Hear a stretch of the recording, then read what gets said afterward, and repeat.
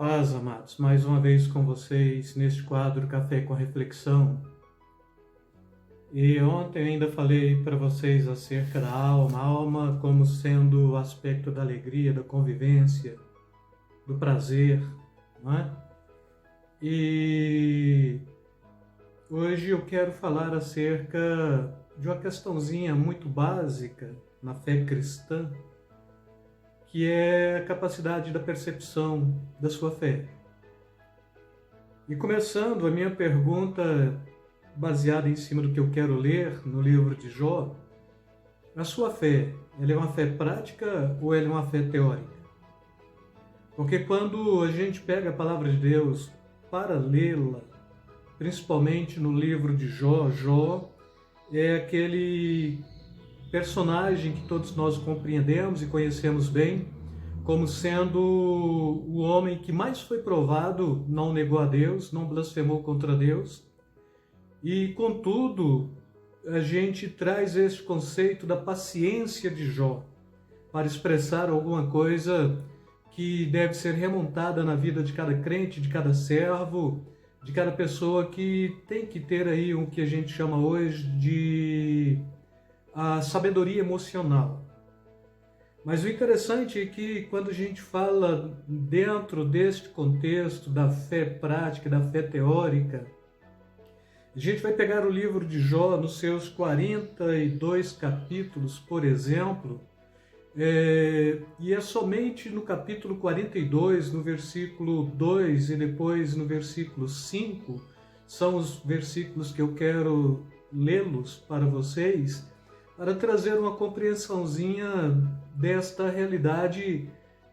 de uma adoração falsa ou de uma adoração verdadeira, ou de um homem estritamente religioso, ou de um homem estritamente convertido, ou de uma fé teórica, ou de uma fé prática. E o versículo 42, a palavra de Deus está propondo assim ao próprio Jó, quem está falando, ele está falando para Deus e ele diz: bem sei que tudo podes e que nenhum dos teus benefícios podem ser frustrados. É o capítulo 42, versículo 2, mas um pouco mais abaixo, no versículo 5, ele está trazendo uma declaração que ela é uma declaração tanto quanto conflitante, porque ele está falando o seguinte: antes conhecia de ouvir falar, mas agora os meus olhos te veem. E o que a gente pega em cima disto tudo, principalmente pegando estes últimos 3, 4 capítulos do livro de Jó mesmo, que necessariamente tudo que Jó fez, ele o fez dentro de uma dimensão que nós podemos trazê-lo como sendo estritamente religiosa ou estritamente teórica. Até quando ele tenta se justificar para os seus amigos, ele está tentando justificar em cima de uma ação estritamente sua e não uma ação estritamente de Deus. É certo que os seus amigos estão aqui tentando acusar Jó, e uma das premissas dos 3 amigos de Jó é que tenta acusar Jó mesmo, acusando Jó de ter cometido pecado, porque Deus jamais pune aquele que é justo, não é? Então, assim, a gente está tendo aqui uma discussão de 3 amigos e um sofredor, mais 3 amigos que têm uma teoria acerca de Deus, e um sofredor que também tem uma teoria acerca de Deus. 3 amigos que têm uma perspectiva estritamente religiosa de Deus, e de um sofredor, próprio Jó, que também tem uma perspectiva estritamente religiosa acerca de Deus. E quando a gente para analisar este conceito da fé prática ou da fé teórica, a gente vai compreender que Jó ele só vai fazer esta declaração para Deus no fim do livro, e justamente no capítulo 42, no versículo 5, que no passado tudo quanto ele tinha de Deus era um conhecimento teórico, ele ouviu falar. Por isso é que ele teve toda a abordagem de oferecer sacrifícios, de chamar a mulher de louca, né? Principalmente quando a mulher manda abandonar a Deus e morrer, ele volta para a mulher e a chama de louca mesmo. E contudo, a gente só vai perceber que Jó ele vai ter um contato relacional, um contato prático com Deus neste último capítulo, principalmente no sentido em que é neste último capítulo que Deus acrescenta na sua vida tudo aquilo que ele tinha em dobro, não é? Beleza das filhas, a fortuna e assim por diante. Mas a compreensão que eu quero trazer para vocês é que quando se fala de conhecimento, isso principalmente no nosso conceito Brasil ocidental, nós estamos falando de dois tipos de conhecimento. O conhecimento teórico e o conhecimento empírico ou prático, não é? Por exemplo, a gente vai jogar no mundo da ciência, a ciência mesmo, a sociologia é uma ciência que a gente chama ciência teórica, e muitas outras ciências que nós chamamos também de ciências teóricas, boas ciências, mas sobretudo ciências teóricas. Quando se fala acerca do conhecimento científico, a gente vai compreender que ainda assim a gente vai ter que trabalhar estes dois conceitos da teoria e da prática, da ciência teórica e da ciência empírica. Por exemplo, quando a gente vai cair para o campo da aviação, todas as quedas de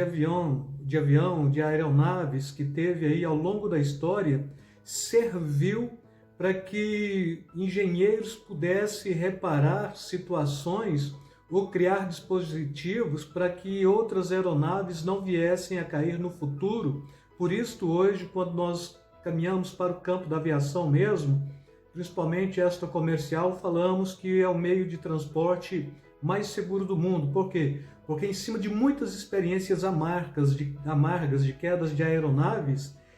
que foram criando dispositivo para fazê-las mais seguras ainda. E devemos compreender então que a ciência teórica ela tem uma relevância, a ciência empírica ela tem uma outra relevância. Não estou falando que do ponto de vista científico uma é melhor do que a outra, senão que ambas estão questionando mesmo toda a estrutura, quer seja da vida, quer seja do campo da botânica, do campo da física, do campo da astrofísica e assim por diante, não é? Mas quando a gente vai cair dentro da proposta da adoração ou dentro da proposta do conhecimento de Deus, o que mais traz perturbação é que aquilo que de fato você estudou sobre o assunto, necessariamente você pode ter estudado teoricamente sobre um assunto, mas aquilo que você estudou sobre um assunto, você também pode ter estudado ou conhecido de forma experimental sobre este mesmo assunto, e é a distinção que a gente faz dentro da fé cristã. Quando eu falo que hoje dentro das igrejas tem muitas pessoas que aderiram ao cristianismo e não se converteram de fato e de verdade à fé cristã, estou falando de crentes teóricos, crentes que estão tendo um conhecimento, uma adesão dentro de uma suposta ideologia religiosa. Estou falando de crentes que tiveram encontro com Cristo mesmo e que não precisa de aderir e nem precisa estar de fora também para ter um conhecimento estritamente teórico sobre o assunto, mas pessoas que se renderam aos pés do Senhor Jesus de fato e de verdade, sabendo que este conhecimento teórico é que te leva para a salvação, ou esse conhecimento da experiência que te leva para a salvação. O conhecimento teórico de Deus, ele só é uma forma que a gente chama de ontológica, teleológica, cosmológica, histórica, que remonta uma teoria acerca de Deus. O Deus que existe porque tem argumentos teóricos da existência de Deus. Mas quando se trata mesmo da fé cristã, é aquele homem que então ele vai ter um encontro genuíno com Jesus, crendo no sacrifício que ele efetuou por nós no passado, e logo pela sua confissão de fé vem a sua santificação e a sua transformação, que é algo mediante o Espírito Santo, que tira tudo aquilo que supostamente possa ser teórico na sua vida e põe tudo aquilo que de fato é prático, é verdadeiro e é experiencial, ou então é empírico. Quando a gente fala neste campo da religião, uma das maiores autoridades no Brasil sobre religião, ele é ateu, chama-se Leandro Carnal. Ele declara abertamente que é ateu, e aqui quando falando isso para vocês, estou falando dentro de uma dimensão que já é pautada em cima de sua própria fala. É o homem que mais entende de religião no país, talvez um dos homens que mais entende do aspecto teórico do cristianismo no Brasil, mas sobretudo ele é um ateu declarado, é um ateu de carteirinha, e ele diz que admira quem tem a capacidade de crer, mas sobretudo ele não tem essa capacidade. E com isso, o que eu quero trazer é que um homem tem que ser um cientista da religião para poder ter um conhecimento muito amplo do cristianismo, fala da fé cristã de uma forma extraordinária, e aqui ele fala tanto da fé cristã católica quanto da fé cristã protestante. Ele é bom de falar de reforma protestante, ele é bom de falar de santos e as suas práticas também, e ele tem uma estrutura toda elaborada para falar da religião cristã desde o início, desde a abordagem, logo com Saulo de Tarso, ponto de vista que ele traz também, mas quando a gente vai buscá-lo para uma realidade mais refinada, então o que eu quero trazer aqui como refinado não é a cultura e a capacidade empírica do conhecimento, mas é a relação que você tem. O menor cristão dentro da igreja, o mais inculto, o mais humilde dentro da igreja, que de fato professou fé em Jesus, que teve uma transformação de vida, ele tem a capacidade de ser mais nobre do que o próprio Leandro Carnal, que traz aí ainda a consciência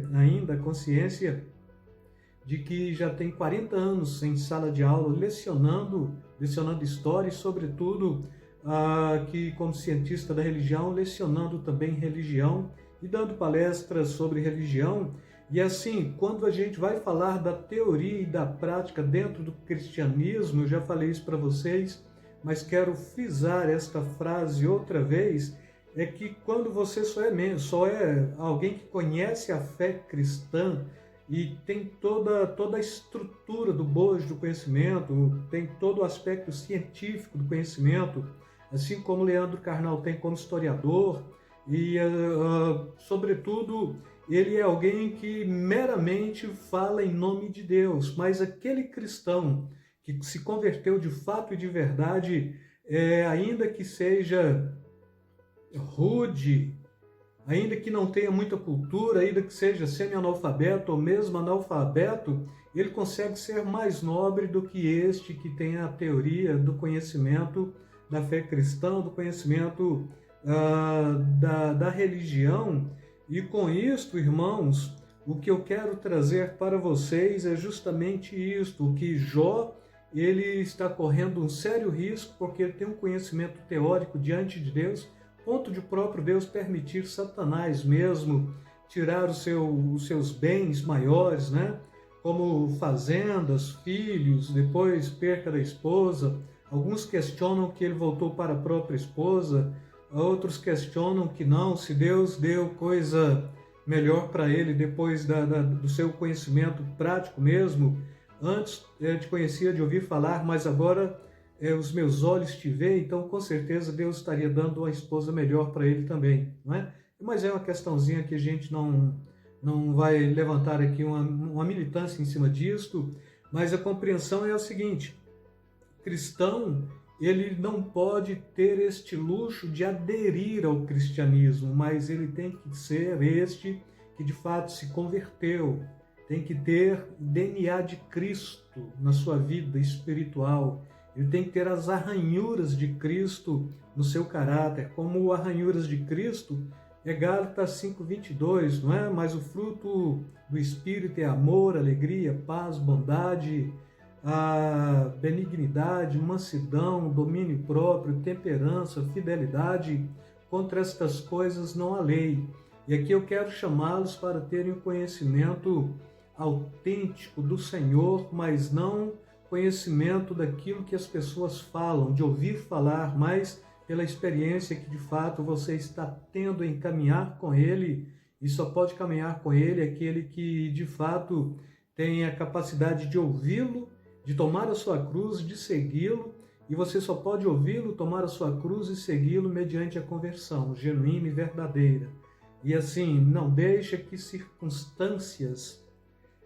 como a gente vem sofrendo agora, como eu falei ontem, de pandemia, né? Que tem levado a esta questão da clausura de muitos cristãos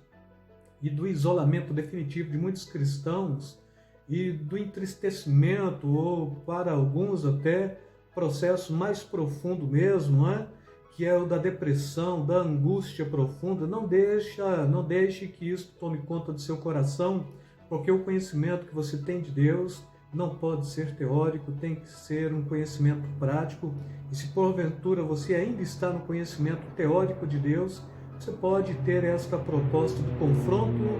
com Deus, assim como Jó teve, e você pode passar a vê-lo e a caminhar com Ele. Não ouvir falar dele, mas ouvir falar por Ele, porque o Espírito Santo, Ele fala às nossas vidas e Ele fala aos nossos corações. E com isso eu quero deixar esta proposta para você. Não tenha um conhecimento teórico, porque a fé cristã ela não é uma ciência teórica. A fé cristã ela é alguma coisa que acontece de fato e de verdade, porque Jesus ele não foi teórico em nada, ele foi prático em tudo. E o aspecto mais prático de Jesus foi na morte, na ressurreição e na glorificação. E para você eu quero deixar aí esta fala do final de semana, né? Então, um linguajar bem secular, sextou, né? Então, novamente sexta-feira, logo aí sábado e domingo, e que este final de semana possa ser um final de semana proveitoso, onde estaremos não falando de Deus, mas falando em nome de Deus, e onde não estaremos aderindo ao cristianismo, mas estaremos sendo transformados pela fé cristã,